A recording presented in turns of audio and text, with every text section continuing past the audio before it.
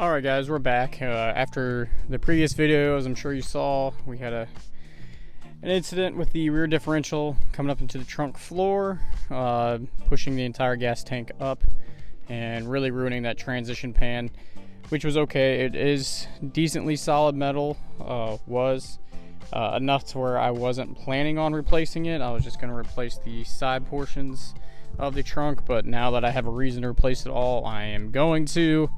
Just because it's obviously structural and it just needs it anyway.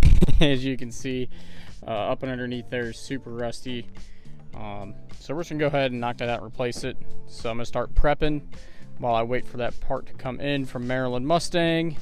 I'm gonna start by removing the gas tank and the filler neck up here.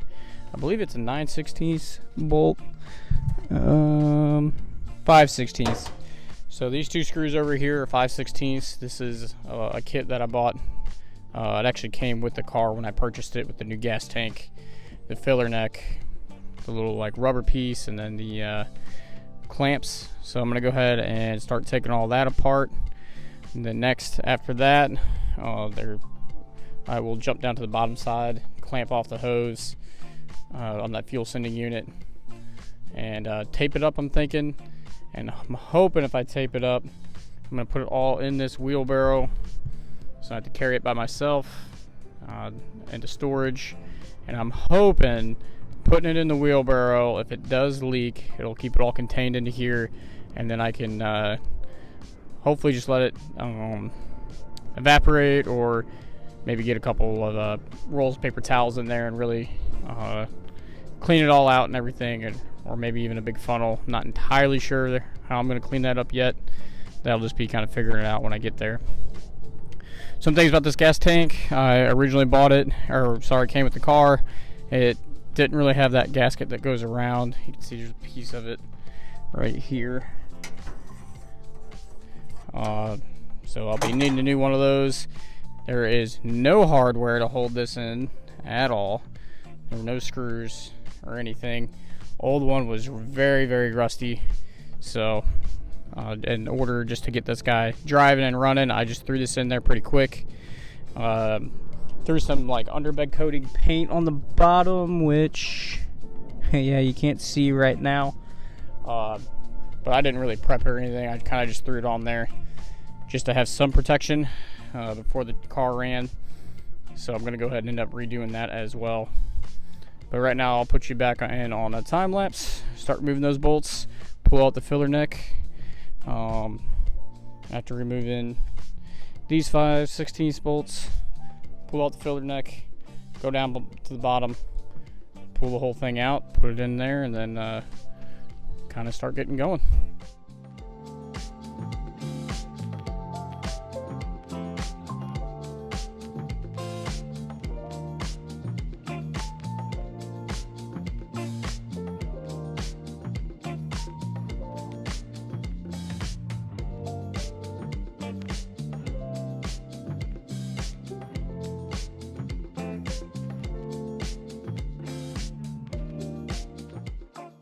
Ahead and got everything unhooked. As you just saw, I capped off that bottom line there. Luckily, the way that the gas tank is fitting, it's obviously leaned to the back of the car pretty heavily, which means all the gas is on this side. I think I have about 8, maybe 7 gallons or so in the tank, so this is going to be fun to move. Right now, my plan is to finish up, probably adding a little bit more tape on the filler there, just to try and block it off a little bit. I'm probably going to have to end up getting rid of this gas anyway, just because I don't want to potentially run dirty gas and cause bigger problems down the line. So I think my plan is right now is I'm going to try and lift this out. If it's proven to be just a little too heavy, I might go get my jack and then transfer it over to the wheelbarrow. I am going to need both hands for this, so I'm just going to set you guys down on a time lapse. Hopefully you won't watch me struggle for 10 minutes, but as this project goes, you probably will. So wish me some luck here, and fingers crossed I really don't spill just fuel everywhere.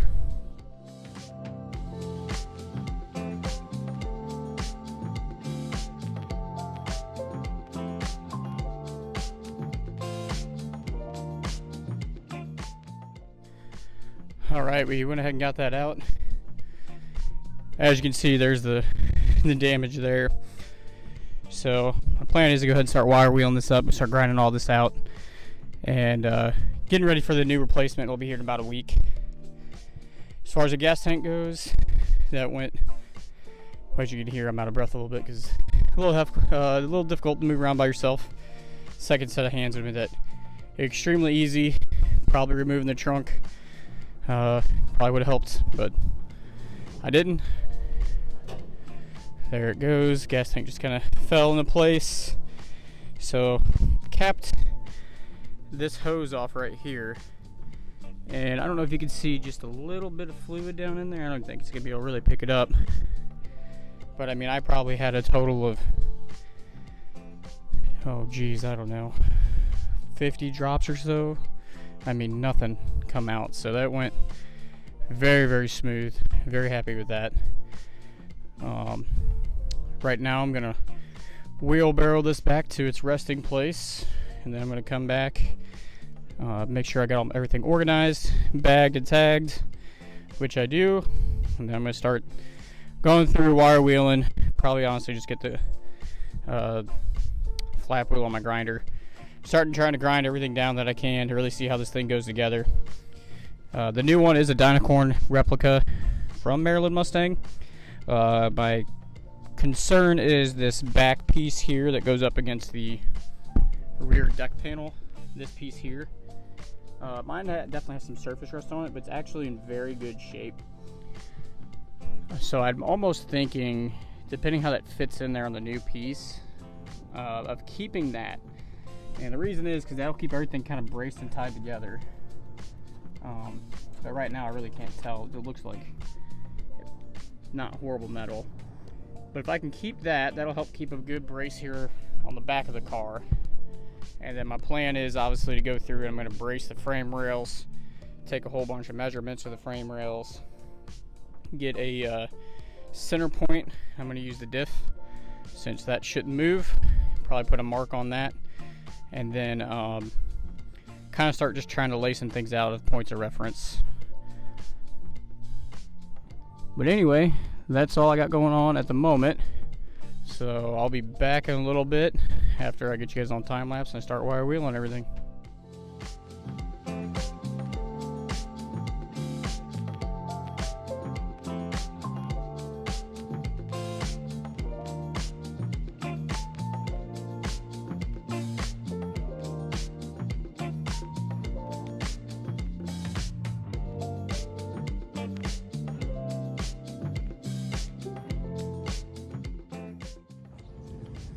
Here's an update so far on the trunk floor. I've just been sanding it down. As you saw, I tried using a wire wheel on my drill, but that's kind of difficult to control and a little bit slow. It does a decent job, but pulling out my palm sander and putting some 60 grit on it. Previously was working on my deck on my home, so I had a whole bunch of that sandpaper to use, and that's just been turning out awesome. What I'm trying to do now is just reveal where all the spot welds are. This car's clearly been painted, unless that was a primer that they used, like a red primer, but I don't believe so. So I'm pretty sure this car has been painted at least once. What I have coming in is a full transition pan with the full floor. So I was trying to get up in the back area to really see how those are welded in. Based on the pictures, it looks like it follows the frame rail all the way up through this section, and then it welds onto the back of the seat panel. So I think I got all the spot welds done on this side. I'm gonna go back over and pretty much redo this entire side where it looks more so like that, to where I can see everything easily. I won't keep you guys on time lapse or anything for that though, because it's just me sanding, nothing too exciting. One discovery is these inner wheel wells. They look like they are excuse me, they look like they are panel bonded on there or caulked on or something like that. They are, I mean, there's no welds anywhere on that, and I just have some rubber like material coming off if I hit with a sander. So That's not supposed to be like that. I would imagine it's supposed to be welded, probably butt welded here. And there might be maybe one or two in there, but I really just don't think so.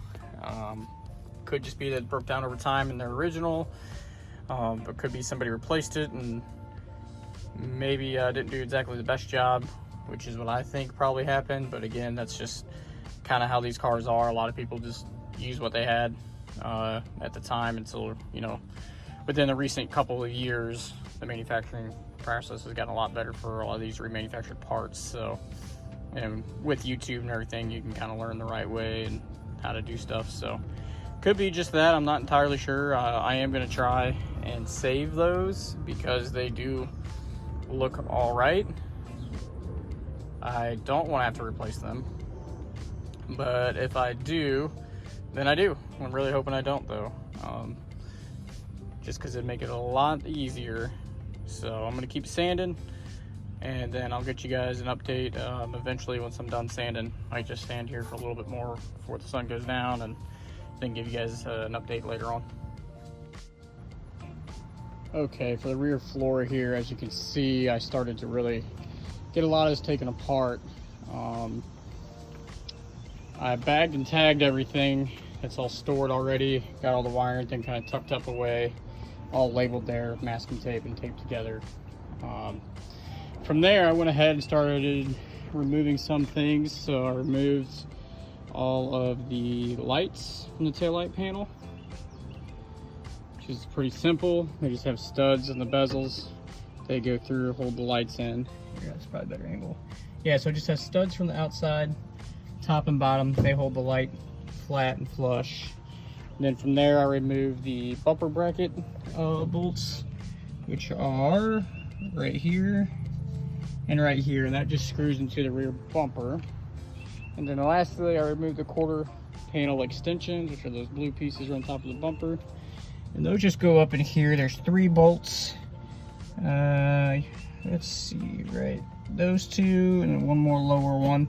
And those are actually studs that came off of that quarter panel extensions. So that's where we're at right now. I still got to remove the rear valance, which is pretty simple. It's just basically a whole bunch of little Phillips head screwdrivers or Phillips head screws, and then on the ends there is kind of a special little screw inside here, right there. And this was a dynacorn piece I put on when I first got it, when I put the dual exhaust on, and I mean, it fits up really, really good. So I'm going to be using dynacorn for the trunk floor, and then taillight panel as well from Maryland Mustang. I talk about them all the time. They've just been amazing to work with. So you know, I pay full price for everything, but honestly, the customer service has just been fantastic, so I'll continue to support them, and they're local to me.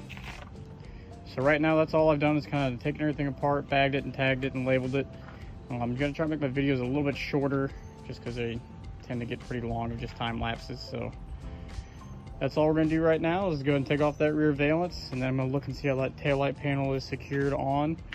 But that's probably gonna be really all I'm gonna do today. I don't want to start cutting anything until I get the new trunk floor in. So I've been doing a lot of research on how I'm gonna do this trunk floor. I went ahead and got all the wiring all taken apart. Everything's labeled, grouped up. Just kind of got it stashed over there in that quarter panel for right now. Some of the things I was looking at is physically, aside from cutting this quarter panel out, how am I going to slide the new one in, which should be here tomorrow. The guys over at Maryland Mustang let me know that according to the shippers from Dynacorn, should be here tomorrow.